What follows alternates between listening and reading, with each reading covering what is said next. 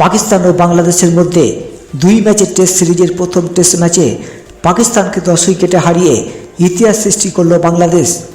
এর আগে প্রথমে ব্যাট করতে নেমে পাকিস্তান 448 রান তুলে ইনিংস ডিক্লেয়ার ঘোষণা করে। পাকিস্তান হয়ে প্রথম ইনিংসে মোহাম্মদ রিজওয়ান সর্বোচ্চ 171 রান করেন। এছাড়াও শহীদ শাকিল করেন 141 রান। এরপর বাংলাদেশ তাদের প্রথম ইনিংস ব্যাট করতে নেমে দুর্দান্ত শুরু করে পাকিস্তানের প্রথম ইনিংসে 445 রানের জবাবে বাংলাদেশ সেখানে 565 রানে শেষ করে তাদের প্রথম ইনিংস। বাংলাদেশ দলের হয়ে সর্বোচ্চ 191 রান করেন মুশফিকুর রহিম।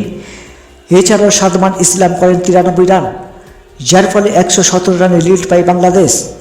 117 রানে পিছিয়ে থেকে দ্বিতীয় ইনিংসে ব্যাট করতে নেমে পাকিস্তান সেখানে বাংলাদেশ বোলারদের সামনে দাঁড়াতে পারেনি পাকিস্তানের কোনো ব্যাটার। এর ফলে সেখানে পাকিস্তান দ্বিতীয় ইনিংসে মাত্র 146 রানে গড়িয়ে যায় তাদের দ্বিতীয় ইনিংস। শহীদ শাকিল খাতা খোলার আগেই আউট হয়ে ফিরে যান। প্রথম ইনিংসে 0 রানে আউট হন আর দ্বিতীয় ইনিংসে মাত্র 22 রান করেন বাবর আজম।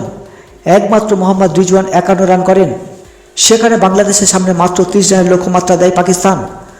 বাংলাদেশ দ্বিতীয় ইনিংসে কোনো উইকেট না হারিয়ে সহজে জয়ের লক্ষ্যে পৌঁছে যায়। এর ফলে প্রথমবার পাকিস্তানের মাটিতে পাকিস্তানকে 10 উইকেটে হারিয়ে ইতিহাস সৃষ্টি করল বাংলাদেশ। পাকিস্তানের বিরুদ্ধে 23 বছর পর প্রথমবার জয়ের দেখা পেল বাংলাদেশ।